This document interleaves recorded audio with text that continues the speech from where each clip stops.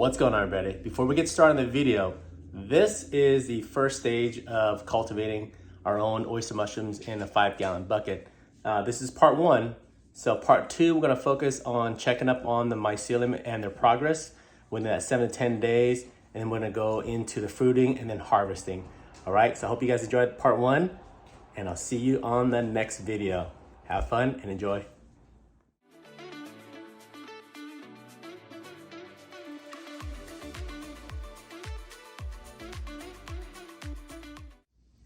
What's going on, everybody? Thanks for joining me on another episode. Today, I'm gonna show you something really cool. I'm gonna show you guys how to make your own oyster mushroom bucket. It's a 5-gallon bucket. All you need are really just some basic supplies: some buckets, aspen wood chips, some spawn, plastic bag, and of course, time. All right, so behind me, I have all the equipment. And before we get started, if you're new to the channel, make sure you guys subscribe. I really wanna grow the channel. All right, let's get started. Let's have some fun. All right, so here's the setup. I've drilled some holes in a 5-gallon bucket. I'm using a 3/8 inch drill bit. I've also made some holes for the bottom for some drainage when I start layering the spawn with my aspen chips. Now this is a 48-liter cooler. This is an old one that I've had, and I use it for a lot of projects, especially for growing mushrooms.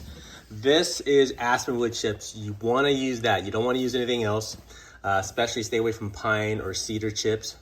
They love thriving on aspen, okay? So I basically have this been sitting here and steeping some hot water. I'm gonna pour a little bit more in here. I'm gonna add a little more aspen chips, and I'm gonna close it, let these soak overnight, and then tomorrow when this cool down, we can actually start doing the layering process. And from there, we're gonna bag everything up and let them incubate. All right, I'll see you guys in the morning. Good morning. It is the next day. We have everything ready to go. I have my bucket sitting on a plate just to catch any extra water. I have my aspen chips that have been pretty much soaking overnight. It's cooled down. I got my sawdust spawn bag, 2 plastic bags. My scissors all been sanitized. So the process, we're gonna layer sawdust into the bucket, some spawn, sawdust, and spawn. So we're gonna do it back and forth until we get to this level here. And I'm gonna add another casing layer of the sawdust, not the sawdust, but the aspen chips. All right, so we'll get started. And once I'm done, I'm gonna show you guys how it's layered. All right, so like I said, what I've done here is I pretty much was building my layers, my aspen wood chips, then of course my grain spawn, or actually sawdust spawn. So you're doing is repeating that same process, wood chips to spawn. All right, so we're gonna keep repeating it, and once I get that top casing layer, so I'm gonna fill it to right about here, I'm gonna bag these up so that way they can start incubating. And these love some really good, high humidity. And so, all right, we're going to repeat that process again. All right, now that I've layered all the aspen chips and the sawdust spun, so you can tell there's tiny little gaps, so it's gonna allow us for enough good oxygen and CO2 exchange. So like I said, I got up to my mark. This is just the casing layer. We're gonna put the lid on, snap it tight. We're gonna let this incubate in the black plastic bag for about a week, and we're gonna check up on it. This should start to colonize real fast because the temperature is right at that moment to where they're gonna colonize real quick.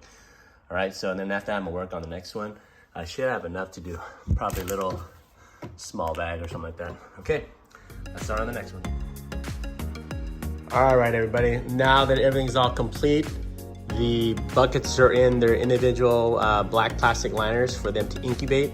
Currently, the house is at 70 degrees, so which should give them enough ample time to grow. I have them currently sitting in my vegetable planter, my seedling starter rack. I've removed the middle shelf so it gives them more room. Once we reach that 7 to 10 days, we're gonna check on the buckets. And then once the mycelium has fully colonized, we're gonna go into the fruiting stage.